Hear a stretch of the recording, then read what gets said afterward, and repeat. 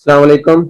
आज हमने heat exchanger जो है डिज़ाइन की डिफरेंट स्टेप्स को देखना है और उसकी डिफरेंट सिलेक्शन क्राइटेरियाज को देखना है कि आपको कैसे आइडिया होगा जब आप फाइनल या प्रोजेक्ट्स कर रहे होते हैं या जब भी आप किसी इंडस्ट्रियल एप्लीकेशंस में हीट एक्सचेंजर को डिज़ाइन करते हैं या उसको स्टडी करते हैं तो उसके एरिया से स्टार्ट लेते हैं कि अगर एरिया उसका कितना एरिया होना चाहिए। अगर एरिया की वैल्यू एक्सीड कर जाए तो फिर आपने कौन सा हीट एक्सचेंजर लगाना है। तो बीइंग ए केमिकल इंजीनियर आप इंडस्ट्री में भी इसकी कैलकुलेशन कर सकते हैं, बता सकते हैं कि जो आपके पास अवेलेबल लोकेशन है या जगह है उसके अकॉर्डिंग कौन सा हीट एक्सचेंजर लगाएंगे, या आप अपने जो है प्रोसेस को डिस्कस करते हुए प्रोसेस को मेजर करते हुए ये भी बता सकते हैं कि कौन सा हीट एक्सचेंजर आपने लगाना है। तो हीट एक्सचेंजर को डिजाइन करने के डिफरेंट स्टेप्स हैं, जिसमें से पहला स्टेप है कि आपने हीट बैलेंस लगाना है। जब भी आपने हीट एक्सचेंजर का डिजाइन करना है सबसे पहले आपने हीट बैलेंस कैलकुलेशन करनी है। और सेकंड स्टेप पे आपने लॉग मीन टेम्परेचर डिफरेंस निकालना है। लॉग मीन टेम्परेचर डिफरेंस आपका जो है मीन टेम्परेचर डिफरेंस है जो कि आपके टर्मिनल्स का होगा, हॉट स्ट्रीम का और कूल स्ट्रीम का। हीट एक्सचेंजर एक्चुअली है क्या, हीट एक्सचेंजर में हम एक अपने प्रोसेस स्ट्रीम को या तो कूल करवा रहे होते हैं या प्रोसेस स्ट्रीम को हीट करवा रहे होते हैं, बजाय इसकी कि हम उसको सेपरेट से हीटर लगाएं या अपने पास रीबॉयलर लगाएं या बॉयलर लगाएं। तो उसके लिए हमने जस्ट जो है एक हमारे पास यूटिलिटी स्ट्रीम होती है जो कि कूलेंट भी हो सकती है, वो एज अ हीटर भी स्ट्रीम भी हो सकती है। तो एक हमारे पास प्रोसेस स्ट्रीम होती है, अगर उसका हमने टेम्परेचर रिड्यूस करना तो हम कूलेंट यूज करेंगे यूटिलिटी स्ट्रीम, अगर उसका टेम्परेचर बढ़ाना हो तो फिर हम स्ट्रीम यूज करेंगे। तो स्टेप 3 में है चेक ऑफ बोथ स्ट्रीम। आप हमने दोनों स्ट्रीम को चेक करना है कि उसमें जो है टर्मिनल जो है उसकी टर्मिनल स्ट्रीम्स की विस्कोसिटी वो बढ़ जाती है या कम हो जाती है।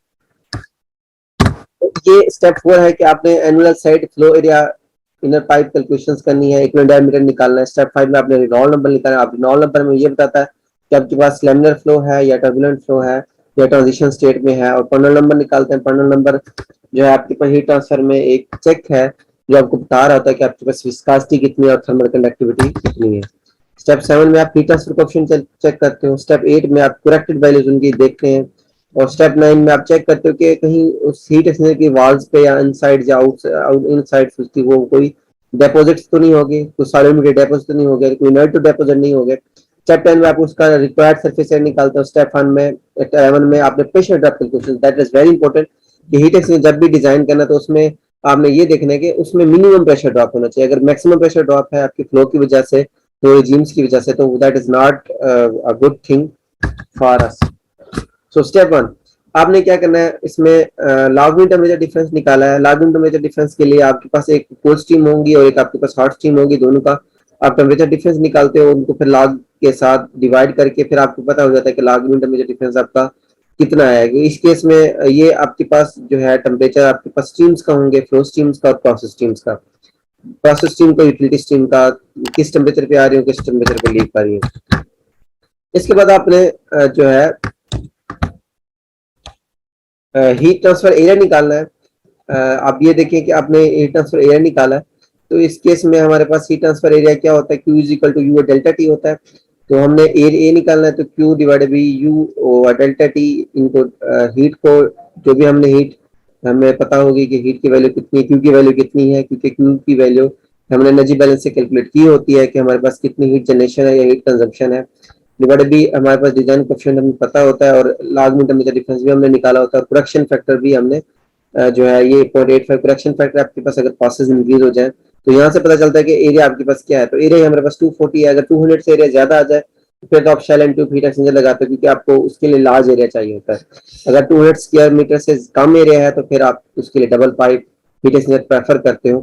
तो इस स्टेप में हमने क्या किया हुआ है, सिर्फ हमने लॉग मीन टेम्परेचर डिफरेंस निकाला हुआ है with correction factor, that is 0.85। ये हमें पता है कि ये हीट ट्रांसफर के लिए यहाँ पे डिफरेंट वैल्यूज, एफ की वैल्यू यहाँ पे चेक करते हैं, टी की वैल्यू चेक करते हैं, उसके अकॉर्डिंग हमने एफ करेक्शन फैक्टर हम यहाँ से सिलेक्ट कर लेते हैं एस और आर की वैल्यू से। तो ये है सेकंड स्टेप। उसके बाद स्टेप कि अपने ट्यूब्स को किस तरह फाइंड आउट करना है। आपने ये देखना है कि आपके पास ट्यूब्स का एरिया कितना है, उसका फार्मूला लगाना है। और ये पाई आपके पास कांस्टेंट है, पाई डी एल। तो डायमीटर डी आउटसाइड डायमीटर ये हमें गिवन होता है, ये जो है ट्यूब डिमेंशन से हमने चेक कर लिया था कि कितनी मिलीमीटर है आउटसाइड डायमीटर। और लेंथ हमें ट्यूब्स की पता होती है, ट्यूब लेंथ को मल्टीप्लाई करके हमें पता चल जाता है कि आपके पास ट्यूब्स का एरिया कितना आता है। जब ट्यूब्स के एरिया आप निकाल लेते हो, इसी ट्यूब के एरिया को आप रोल नंबर निकालने के लिए, आप ट्यूब क्लासेस निकालने के लिए यूटिलाइज कर लेते हो। तो ये नंबर ऑफ ट्यूब्स कैसे निकालते हैं, आपके पास आउटसाइड डायमीटर और इनसाइड डायमीटर कितना आता है, ट्यूब एरिया कितना है, और आपके पास A O that is your heat transfer area कितना, दोनों को आप डिवाइड करते हो, क्योंकि ये नंबर ऑफ ट्यूब्स जो है ना वो यूनिट लेस होता है, तो ये वैल्यूज जैसे ही आप पुट करेंगे तो आपको नंबर ऑफ ट्यूब्स पता चल जाएंगी। और इसके इसमें 2601 नंबर ऑफ ट्यूब्स हैं। तो नंबर ऑफ ट्यूब पासेस कितने हैं, अब ट्यूब पर एक ट्यूब में कितने पास होता है, number of tube divided by 2, तो ट्यूब पर पासेस यहाँ से आप निकाल लेते हो 1300 ट्यूब पर पासेस है। इस तरह जब आपने क्रॉस सेक्शनल एरिया निकालना है अपने जो है shell and tubes heat exchanger के अंदर, जब आपके पास ट्यूब्स हैं तो उसको आपने इस फॉर्मूले से निकालना है। आपके पास इनसाइड डायमीटर गिवन होता है या आप कैलकुलेट कर लेते हो, उसमें वैल्यू पुट करके आपने क्रॉस सेक्शनल एरिया निकालना है। उसी तरह फिर आपने टोटल फ्लो एरिया निकालना है। जब क्रॉस सेक्शनल एरिया आपको पता चल जाता है कि कितना फ्लूइड हमारे उस हीट एक्सचेंजर में से पास हो जाएगा, उसके क्रॉस सेक्शन में से गुजरेगा, उसके बाद आप फ्लो एरिया चेक करते हो कि कितना फ्लो एरिया आ जाएगा। इसकी भी वैल्यू आपने पुट कर दिया फ्लो एरिया की, तो नंबर ऑफ ट्यूब्स को मल्टीप्लाई कर देंगे क्रॉस सेक्शन, क्योंकि यहाँ पे जो है आपके पास LMTD करेक्शन फैक्टर ये सारे एक दूसरे के साथ इंटरलिंक्स है। एक चीज आप कैलकुलेट करके दूसरी उसका पैरामीटर जो है फ्लो एरिया निकाले तो क्रॉस सेक्शन एरिया निकालते हो। जब ये आपने जो है इसमें टोटल फ्लो एरिया निकाल लिया दैट इज 0.9 स्क्वायर मीटर, यहाँ से फिर हम फ्लूइड वेलोसिटी निकाल लेंगे कि हमारे पास जो जितना मैस फ्लो रेट पर फ्लो एरिया कितना मैस फ्लो रेट हो रहा है।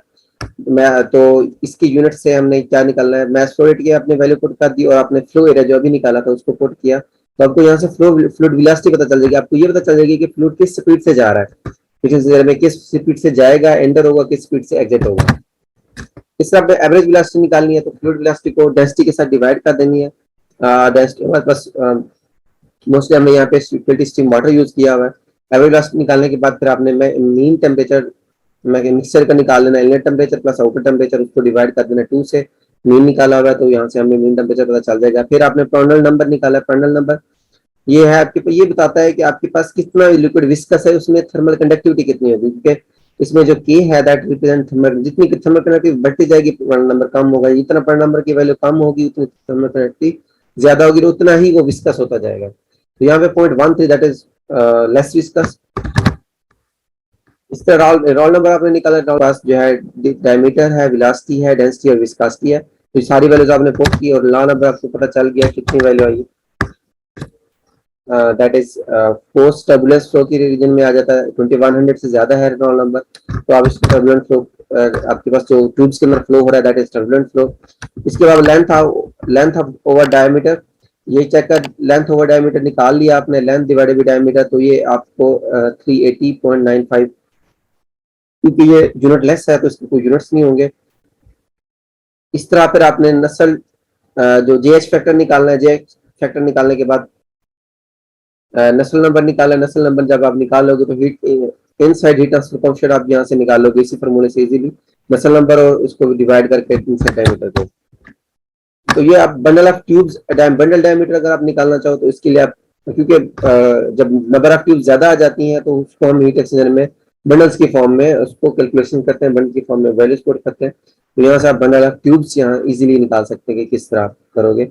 आउटसाइड डायमीटर को मल्टीप्लाई कर दोगे आप नंबर ऑफ ट्यूब से और K1 फैक्टर के साथ, तो यहाँ से आप बंडल ट्यूब बंडल्स निकाल सकते हैं इजीली।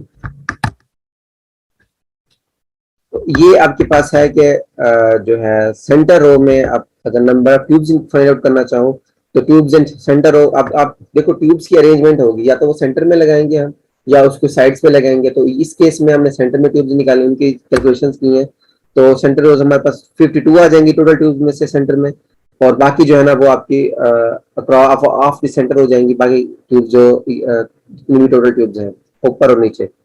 तो आपने calculate tube length ratio calculate करनी है, तो that is our length divided by inside diameter, तो यहाँ से आप ट्यूब जो है रेशियो चेक कर लोगे। शेल साइड वेलोसिटी निकालेंगे, इसके बाद शेल्टर साइड वेलोसिटी निकालने के बाद फिर आपने area of cross sectional area निकालना है, उसको वैल्यू पुट कर दियो। एट द एंड आपने क्या करना है जो है design overall heat transfer coefficient निकालना है।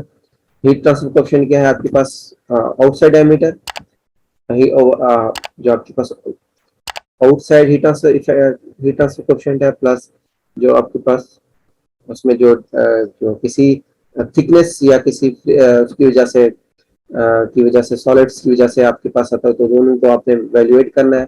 आउटसाइड हीट ट्रांसफर कोएफिशिएंट आप यहाँ से निकाल लोगे। फिर आपने ट्यूब साइड जो कि लास्ट स्टेप है उसकी प्रेशर ड्रॉप की कैलकुलेशन करनी है।